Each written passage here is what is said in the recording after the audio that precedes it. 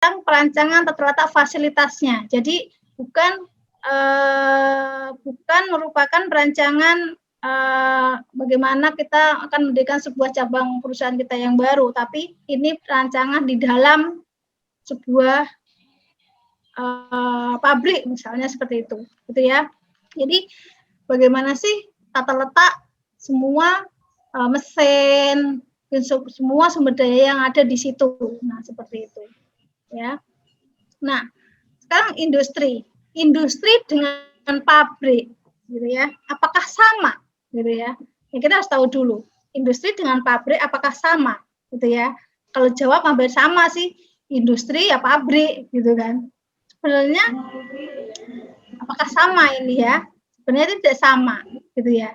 Industri, gitu ya, pabrik, gitu ya. Nah, di sini kita bisa jelaskan. Nah, ya, pabrik bisa diartikan itu sama dengan industri, gitu ya. Pabrik bisa diartikan sama dengan industri. Nah, sebenarnya meskipun industri sebenarnya memiliki pengertian yang lebih luas. Nah, apa bedanya ini? Makanya tidak sama, gitu ya. Pabrik itu suatu industri, gitu ya.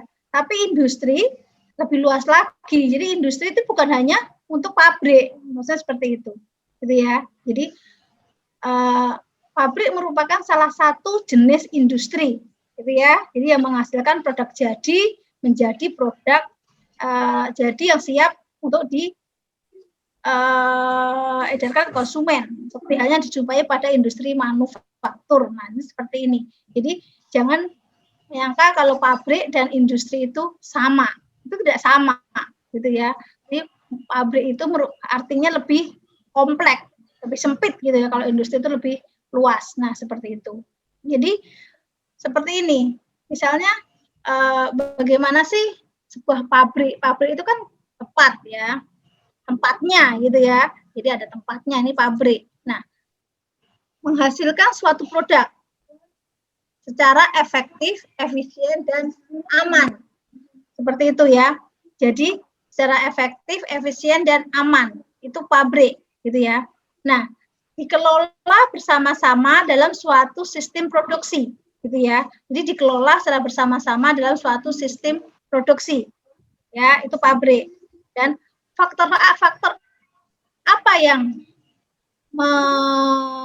ini ya, yang pabrik ini yaitu manusia, energi, modal, informasi, sumber dayanya. Nah, ini faktor-faktor di dalam pabrik gitu ya. Nah, sekarang pabrik gitu ya. Pabrik atau factory atau plant. Nah, ini apa sih sebenarnya? Nah, tempat di mana faktor produksi ya seperti manusia, mesin, fasilitas atau peralatan produk, material, energi, uang atau modal, informasi dan sebagainya seperti sumber daya alam terus dikelola bersama-sama dalam suatu sistem produksi untuk menghasilkan suatu produk atau jasa secara efektif, efisien dan aman. Gitu ya. Nah, ini pabrik. Makanya dalam sebuah pabrik kita ingin membuat tata letak fasilitasnya itu harus benar-benar dirancang dengan bagus gitu ya. Jadi tidak asal-asalan kita merancang sebuah tata letak fasilitas dalam sebuah pabrik gitu ya. Karena itu akan mempengaruhi waktu proses produksi juga gitu ya. Jadi selain mempengaruhi semua proses produksi juga nanti akan bisa menambah modal juga. Jadi apa yang kita keluarkan itu lebih banyak kalau dalam penyusunan tata letak itu tidak dikelola dengan baik, gitu ya. Nah, pada dasarnya ini pabrik itu merupakan salah satu jenis industri yang menghasilkan produk jadi, misalnya finish good product. Halnya dijumpai dalam industri manufaktur, kan banyak ya industri manufaktur. Nah, seperti itu jadi sebuah pabrik plastik atau dan sebagainya. Nah, seperti itu. Nah, industri manufaktur ya, berarti yang memproses bahan baku ya. Jadi bisa digunakan untuk bermacam-macam bentuk atau model produk, baik yang masih berbentuk produk setengah jadi ataupun sampai berupa produk jadi. Gitu ya. Jadi itu industri manufaktur. Nah, seperti itu. Kalau perencanaan fasilitas itu bisa dari perancangan fasilitas, dari perencanaan, desain, susunan fasilitas, peralatan fisik dan manusia yang ditujukan untuk meningkatkan efisiensi produksi dan sistem pelayanan. Itu material handlingnya, yaitu perencanaan fasilitas. Jadi makanya kenapa dalam perencanaan fasilitas sangat penting. Makanya dalam teknik industri kita harus bisa merencanakan sebuah tata letak fasilitas. Nanti kalian akan bisa belajar nanti di mata kuliah tersendiri itu semester akhir biasanya, semester 7 karena sekarang dipadatkan ya untuk kurikulum terbaru kita teori cuma sampai semester 6. Jadi semester 7 hanya difokuskan untuk skripsi ya. Skripsi. Jadi biar untuk itu rencananya tuh biar lulus lebih cepat, makanya biasanya perencanaan fasilitas pabrik itu di semester 6. Nanti semester terakhir kita akan belajar emang lebih mendetail tentang perancangan tata letak fasilitas. Itu lebih detail lagi. Kalian nanti bisa merancang sebuah tata letak dengan menggunakan software, gitu ya. Menggunakan software, layoutnya bagaimana ya. Mungkin menggunakan aplikasi. Jadi aplikasi perencanaan fasilitas dapat ditemukan dalam perencanaan layout, gitu ya. Jadi kalau mau ngambil penelitian tentang tata letak fasilitas, jadi harus tahu layout awalnya dulu, gitu ya. Layout awalnya itu bagaimana dan bagaimana dengan layout awal itu apakah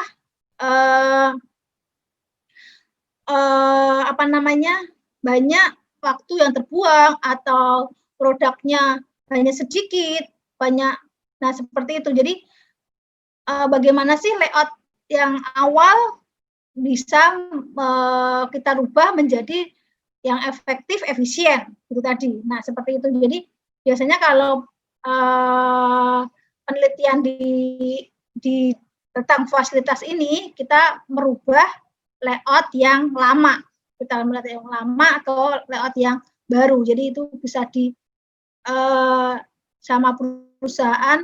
Oh, begini Pak, kalau layout yang baru seperti ini nih hasilnya nanti seperti ini. Nah, seperti itu. Jadi kita bisa berkontribusi selain kita penelitian, kita juga bisa berkontribusi pada perusahaan itu. Nah, seperti itu.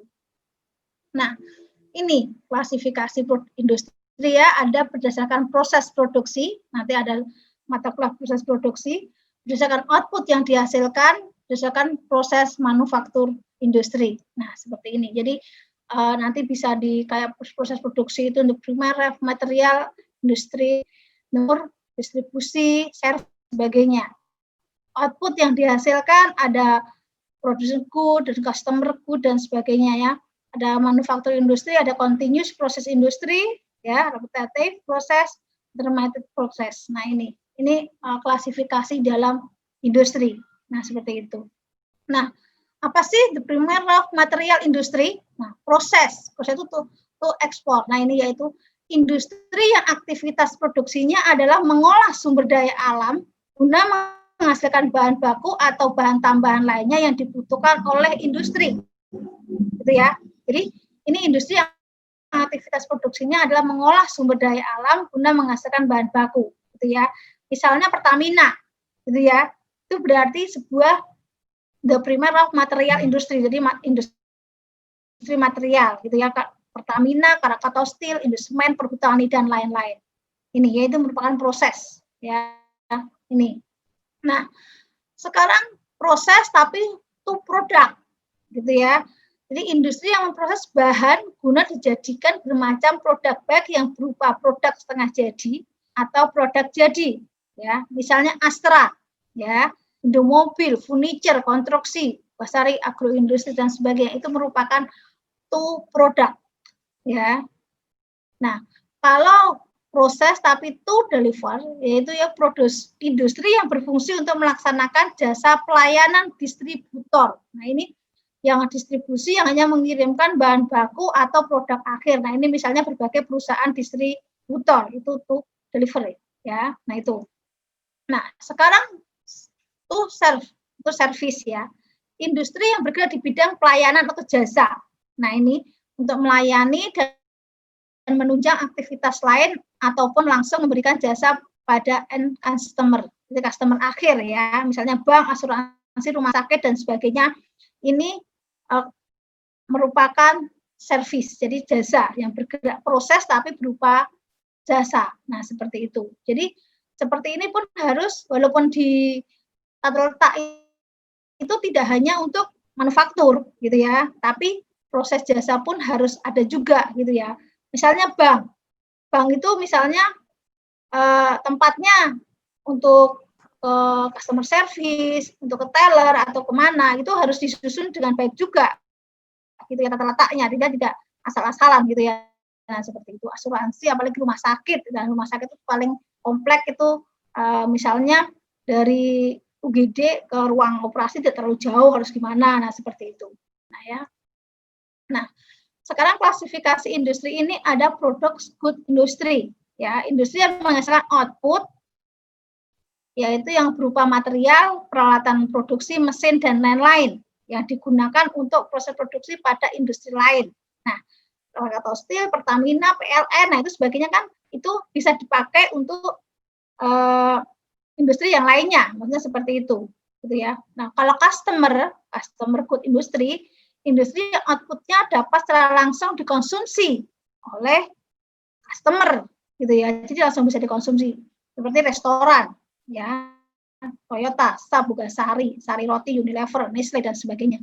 Nah, ini bisa, gitu ya, langsung dikonsumsi oleh customer. Nah, seperti itu. Nah, hierarki perencanaan fasilitas pabrik, contoh pabrik ini ya, hierarkinya ya, ada di sini perencanaan fasilitas. Ya. Lokasi fasilitasnya, kemarin kita sudah membicarakan tentang lokasinya bagaimana, cara menghitung lokasi, bagaimana memilih lokasi bagaimana. Sekarang untuk merancang fasilitasnya, desainnya. Desain perancangan fasilitas di dalamnya. Ya, ada perancangan struktur bangunan misalnya, itu struktur desain. Ada perancangan letak fasilitas produk gitu ya. Ada perancangan sistem pemindahan material atau material handling sistem desain. Nah, itu merupakan perencanaan fasilitas. Ini hierarki perencanaan fasilitas pabrik itu seperti ini. Nah, seperti itu ya. Nah, bagaimana sih perancangan tata letak? Nah, definisi tata letak sendiri ada pengaturan tata letak fasilitas operasi dengan memanfaatkan area yang tersedia. Nah, bagaimana cara menempatkan mesin, bahan-bahan perlengkapan untuk operasi, personalia, dan sebagainya itu ya, dan yang ada di dalam sebuah pabrik, misalnya fasilitas atau dalam proses produksi, nah seperti itu. Jadi harus ada pengaturannya. Ini sebenarnya perancangan tata letak. Nah, tata letak pabrik yang terencana dengan baik akan ikut menentukan efisiensi dalam beberapa hal yang juga menjaga kelangsungan hidup ataupun kesuksesan kerja suatu industri. Gitu ya. Jadi makanya kenapa tata letak pabrik itu harus terencana dengan baik. Karena itu juga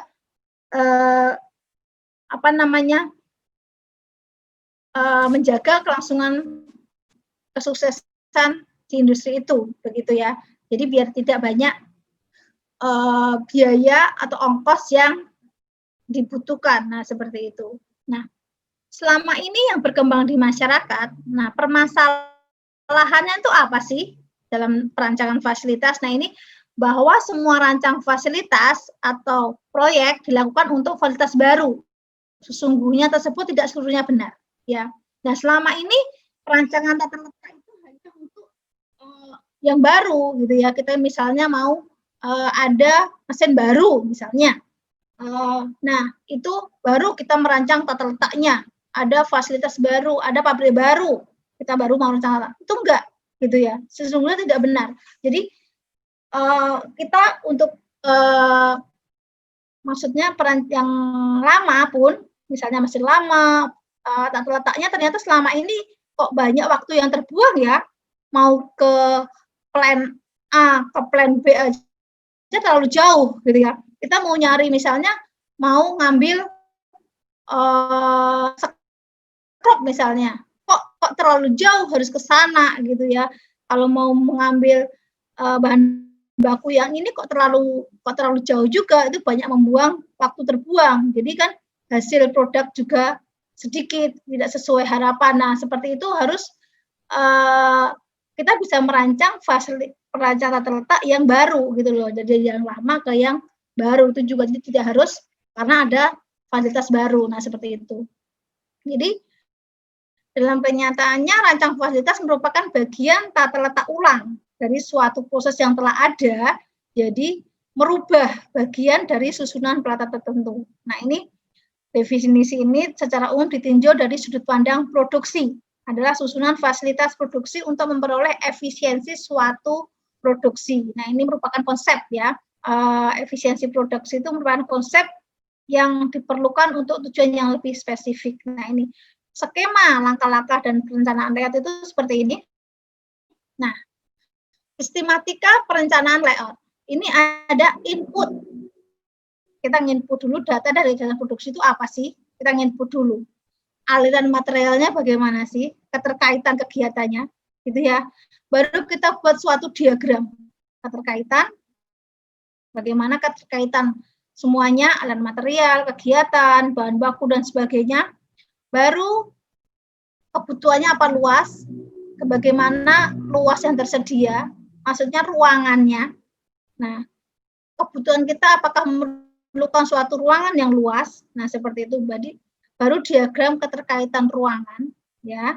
Baru pertimbangan modifikasi, keterbatasan praktik, pengembangan alternatif, baru dievaluasi.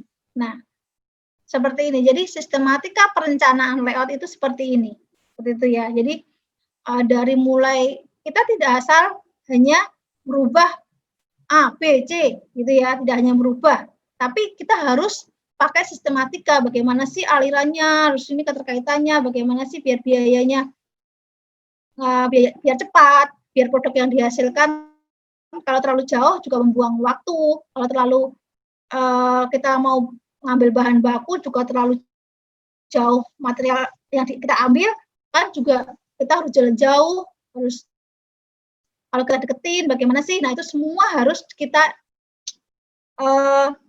bentuk keterkaitan dulu ya, baru kita evaluasi, baru kita merencanakan sebuah layout yang baru. Nah, seperti itu. Nah, macam tata letak. Nah, ini ada tata letak produk.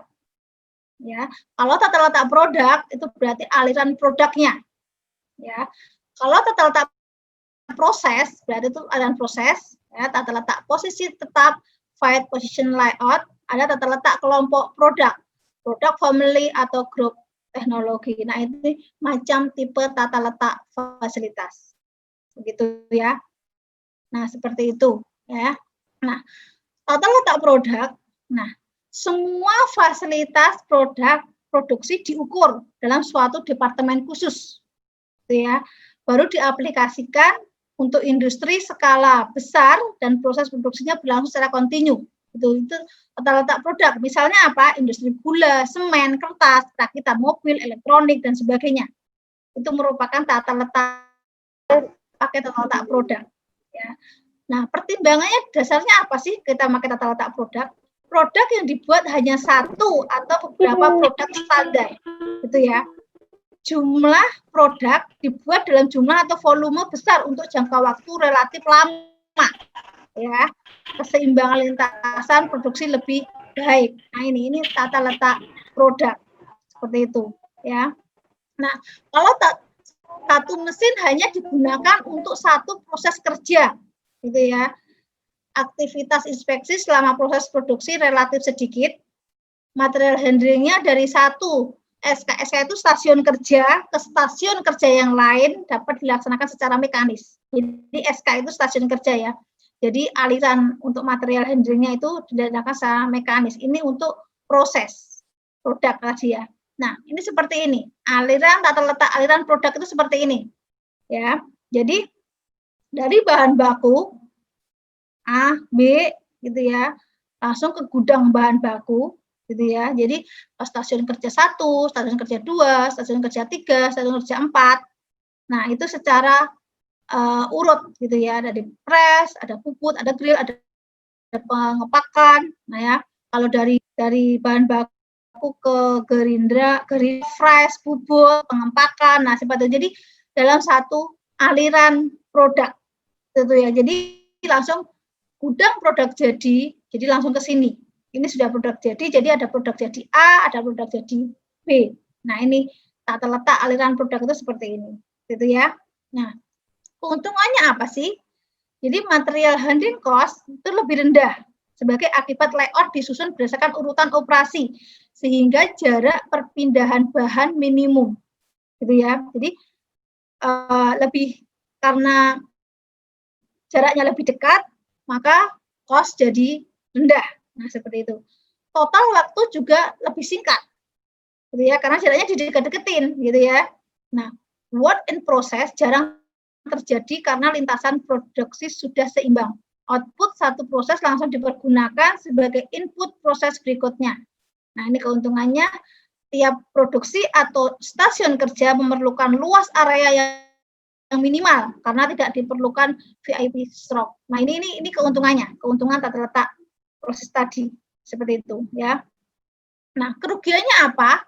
Nah, kerugiannya breakdown dari satu mesin menyebabkan terhentinya seluruh aliran produksi. Maksudnya, misalnya tadi ada satu mesin press rusak, gitu ya. Nah, itu menghentikan semuanya, gitu ya, karena berurutan. Jadi satu mesin berhenti, seluruh aliran produksi juga berhenti. Ya, jika terjadi perubahan desain produk, maka akan merubah semua produk dan layout juga. Nah, seperti itu. Kelancaran proses produksi akan ditentukan oleh proses mesin yang paling lambat. Ya, jadi berkaitan antara mesin yang satu dengan mesin yang lain. Memerlukan investasi mesin yang tinggi. Jadi mesinnya itu memang benar-benar memerlukan yang mesin yang lebih tinggi gitu ya, maksudnya yang besar-besar seperti pabrik tekstil, itu mesinnya kan besar-besar gitu ya. Jadi misalnya kalau di benang gitu ya, ada pembuatan benang itu kan besar-besar gitu ya mesinnya ya. Jadi sekali satu mesin rusak, mesti proses selanjutnya tidak bisa gitu ya, seperti itu. Nah, tata letak proses, nah ini penempatan mesin atau fasilitas produksinya yang semacam dalam satu departemen. Jadi denaturnya atau penempatannya harus dalam satu departemen. Nah, semua fasilitas produksi yang memiliki ciri atau fungsi kerja yang sama diletakkan dalam satu departemen. Diaplikasikan pada industri berskala kecil, faktor manufaktur, dan jasa pelayanan. Ini untuk tata letak proses. Gitu ya. Nah, pertimbangannya apa? Produk yang dibuat itu bisa dari berbagai macam. Dan tiap model dibuat dalam jumlah kecil. Waktu relatif singkat. Itu baru bisa proses ini ya. Nah, aktivitas bisa berubah-ubah sehingga studi waktu dan gerak menentukan metode dan waktu standar yang sulit dilakukan. Ya, ini juga sulit mengatur link balancing antar operator dan mesin. Melakukan pengawasan yang ekstra selama proses produksi, satu mesin dapat melakukan berbagai macam produk. Ya, banyak menggunakan peralatan berat untuk kegiatan material handling. Jadi MH itu material handling. Nah, seperti itu ya. Nah, sekarang tata letak aliran proses. Nah, tata letak aliran proses beda. Kalau tadi press, bubut, drill, gerindra dalam satu deret. Itu produk ya, dalam satu deret. Nah, kalau ini misalnya bahan baku A dan B yang masuk gudang bahan baku ya. Jadi prosesnya dari stasiun kerja 1 sampai 4 ini kita menggunakan satu mesin yang di tengah ini. Jadi mesinnya misalnya press ya, pengecoran misalnya. Kita bisa menggunakan mesin yang sama gitu ya. Nah, seperti itu. Kita sampai tata letak aliran proses. Nah, untuk tata letak aliran proses ini, nah ya, ini tadi kalau tadi tata letak aliran produk dari stasiun kerja 1 sama stasiun kerja 1, 2, 3, 4 mesinnya itu satu arah gitu ya, hanya satu dipakai untuk satu produk gitu ya. Jadi untuk hanya satu sekali aliran gitu ya. Kalau ini aliran proses kita bisa misalnya untuk pengecoran gitu ya. Pengecoran kita bisa langsung ke bubut, ke drill, jadi tidak harus ke mesin depannya gitu ya. Jadi untuk mesin yang ini, maksudnya mesin press misalnya, ini mesin press ya, mesin press. Jadi apa namanya, aliran proses ini walaupun mesin yang satunya rusak, kita masih bisa berjalan. Nah, seperti itu ya. Jadi mesinnya tidak hanya satu gitu ya. Jadi mesinnya itu alirannya itu dibikin masih bisa ke balik ke kanan, masih bisa ke kiri. Nah, seperti itu. Jadi alirannya itu tidak seperti yang tadi. Bedanya di situ gitu ya. Bedanya di situ antara tata letak aliran produk dan tata letak aliran proses. Nah, gitu ya. Nah, jadi semua itu tergantung dari produk apa yang kita buat ya. Kita mau menggunakan tata aliran proses dan tata aliran produk, tergantung produknya gitu ya. Jadi misalnya keuntungannya ini, setiap kita mau menggunakan tata letak, ada keuntungan dan ada kerugian yang akan kita ini ya, ada keuntungan dengan kita. Ini keuntungannya misalnya investasi mesin dan kualitas produksi rendah gitu ya. Karena apa? Mesin yang digunakan adalah mesin-mesin tipe umum misalnya seperti itu.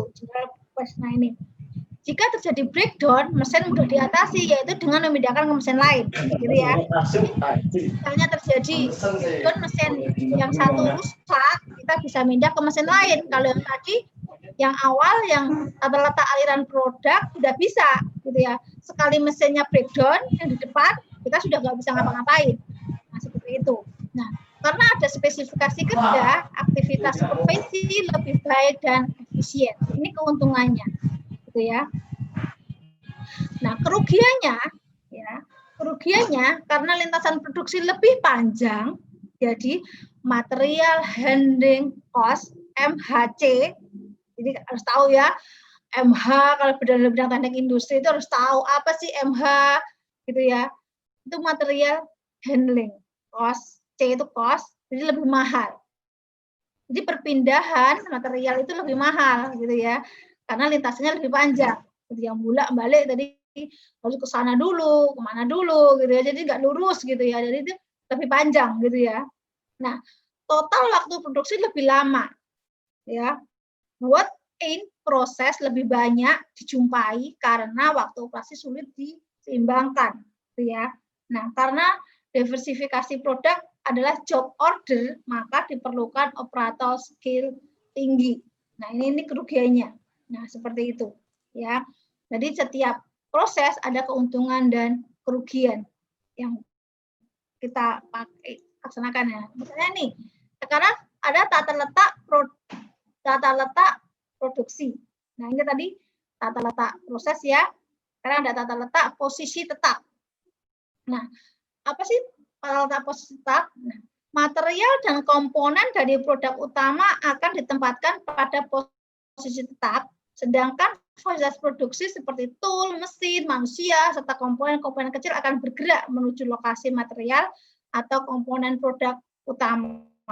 Itu ya, itu terletak posisi tetap. Nah, biasanya diaplikasikan pada industri yang menghasilkan produk yang berskala besar.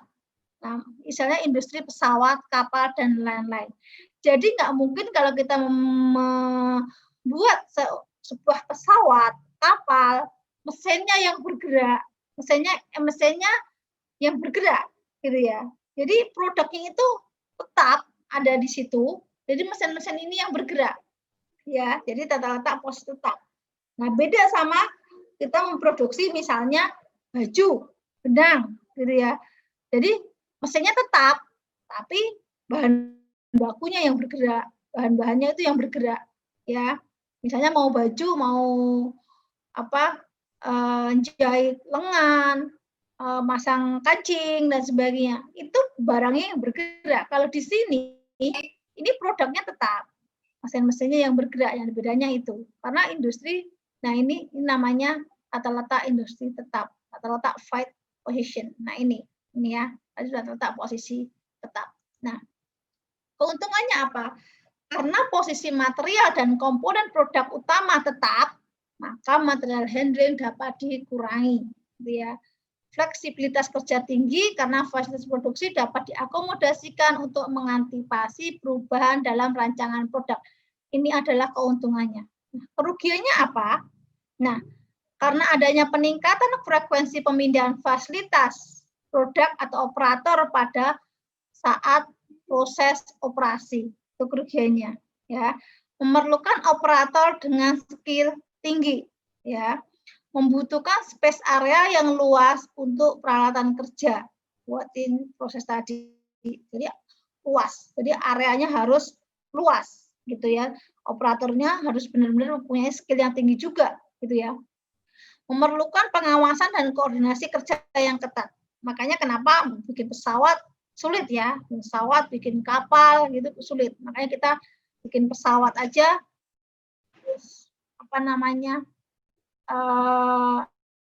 Sekarang juga tidak lanjut seperti itu ya. Nah, seperti itu. Nah, sekarang produk family. Maksudnya apa produk family atau grup teknologi, yaitu pengelompokan produk atau komponen yang akan dibuat. Jadi didasarkan pada pengelompokan produk. Jadi family, gitu ya. Seperti kemarin misalnya Samsung, gitu ya. Samsung. Di produk Samsung ada produk televisi, gitu ya. Ada HP, ya. Seperti itu. Ada AC dan sebagainya. Jadi dikelompokkan masing-masing pada satu perusahaan Samsung misalnya dan seperti itu. Nah, pada dasarnya merupakan kombinasi dari produk layout atau proses dan proses layout. Jadi adalah kombinasi dari produk layout tadi dan proses layout tadi di depan. Jadi antara kombinasi dari keduanya. Nah, produk yang tidak identik dikelompokkan berdasarkan langkah pemrosesan, bentuk, mesin, atau peralatan. Nah, ini adalah produk family. Nah, keuntungannya apa? Keuntungannya dengan pengelompokan produk sesuai proses pembuatannya, maka pendayagunaan mesin akan diperoleh secara maksimal. Itu keuntungannya. Ya, jarak perpindahan material lebih pendek sehingga lintasan aliran lebih lancar. Ya, memiliki keuntungan yang bisa diperoleh dari produk layout dan proses layout. Ya, umumnya menggunakan mesin-mesin general sehingga investasinya juga lebih rendah. Nah, seperti itu. Jadi produk family, ini namanya grup teknologi, itu keuntungannya. Nah, tata letak grup teknologi itu seperti ini. Jadi A, B, dan C ini ya. Jadi dia antara penggabungan antara proses layout tadi dan produk layout. Nah, jadi seperti ini ya, bubuk, bor, gerindra, perakitan, milling, perakitan, bor, finishing. Jadi ada yang jadi satu arah, ada yang bisa untuk dua arah. Jadi ada penggabungan keduanya. Ya, ini namanya tata letak grup teknologi. Nah, kerugiannya apa? Kerugiannya ini diperlukan tenaga kerja dengan skill tinggi. Ya, jadi kalau nggak mempunyai skill atau kemampuan yang tinggi itu tidak bisa. Tenaga kerja ya.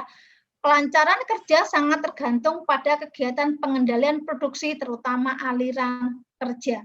Jadi semua tergantung dari aliran kerjanya. Nah, jika keseimbangan aliran sulit dicapai, maka diperlukan 2IP stroke. Ya, beberapa kerugian dari produk dan proses layout juga akan dijumpai. Jadi kerugian dari layout produk tadi dan proses layout tadi akan sering dijumpai juga di sini, gitu ya.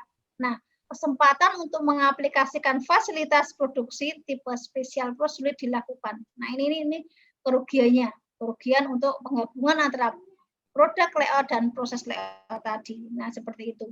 Ini kerugiannya. Nah, ini untuk tata letak fasilitas. Bagaimana cara kita merancang tata letak fasilitas dan tipe-tipe yang digunakan. Nah, mungkin sampai di sini